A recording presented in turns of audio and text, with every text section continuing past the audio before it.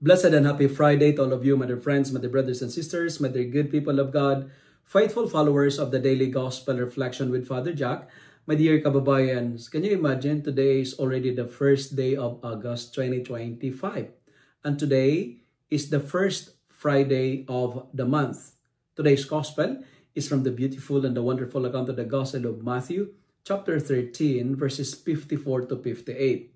Today's Gospel paints a poignant scene in Nazareth where Jesus, filled with divine wisdom and divine power, is met not with awe, not with appreciation, but with offense and rejection. The townspeople do not question his teachings because they are untrue. They question them because they come from someone they believe they already know.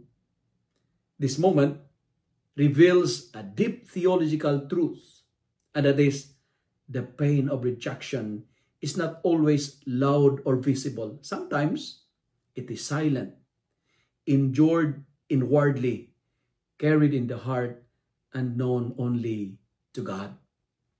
Jesus, the Word made flesh, who healed the sick and raised the dead, was discredited. They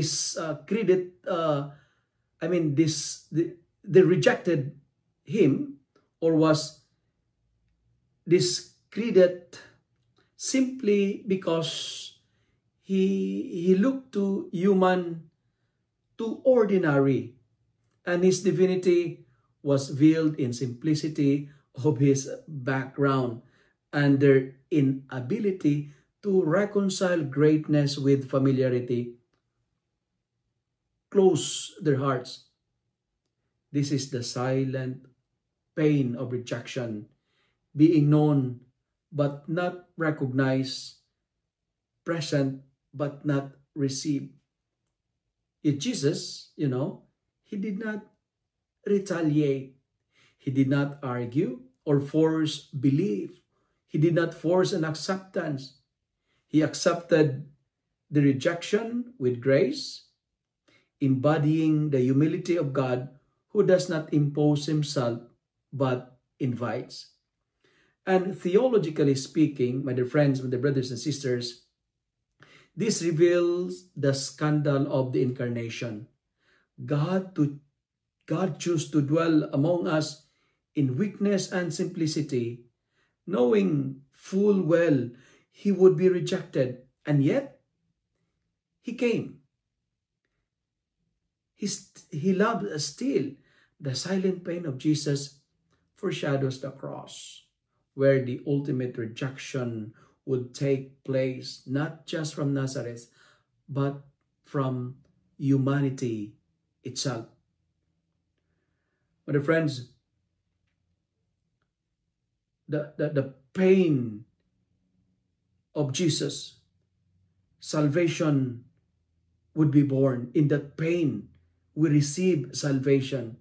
And this reminds us that in our own rejections, in our own experience and stories of rejection, we are not alone. Why? Because we share in the quiet suffering of Christ, who knows the pain, who knows the ache of being unseen, and yet loves anyway. In that silence, God deeply present, because we are not alone. Let me end my reflection with 3 R's. R. If you are rejected, rely to the Lord, because when you rely on Him, you will be rewarded, and your greatest reward is God Himself. If you love and like this reflection, kindly share it with your friends, share it with your family, make the Word of God viral so that many will be blessed. Amen.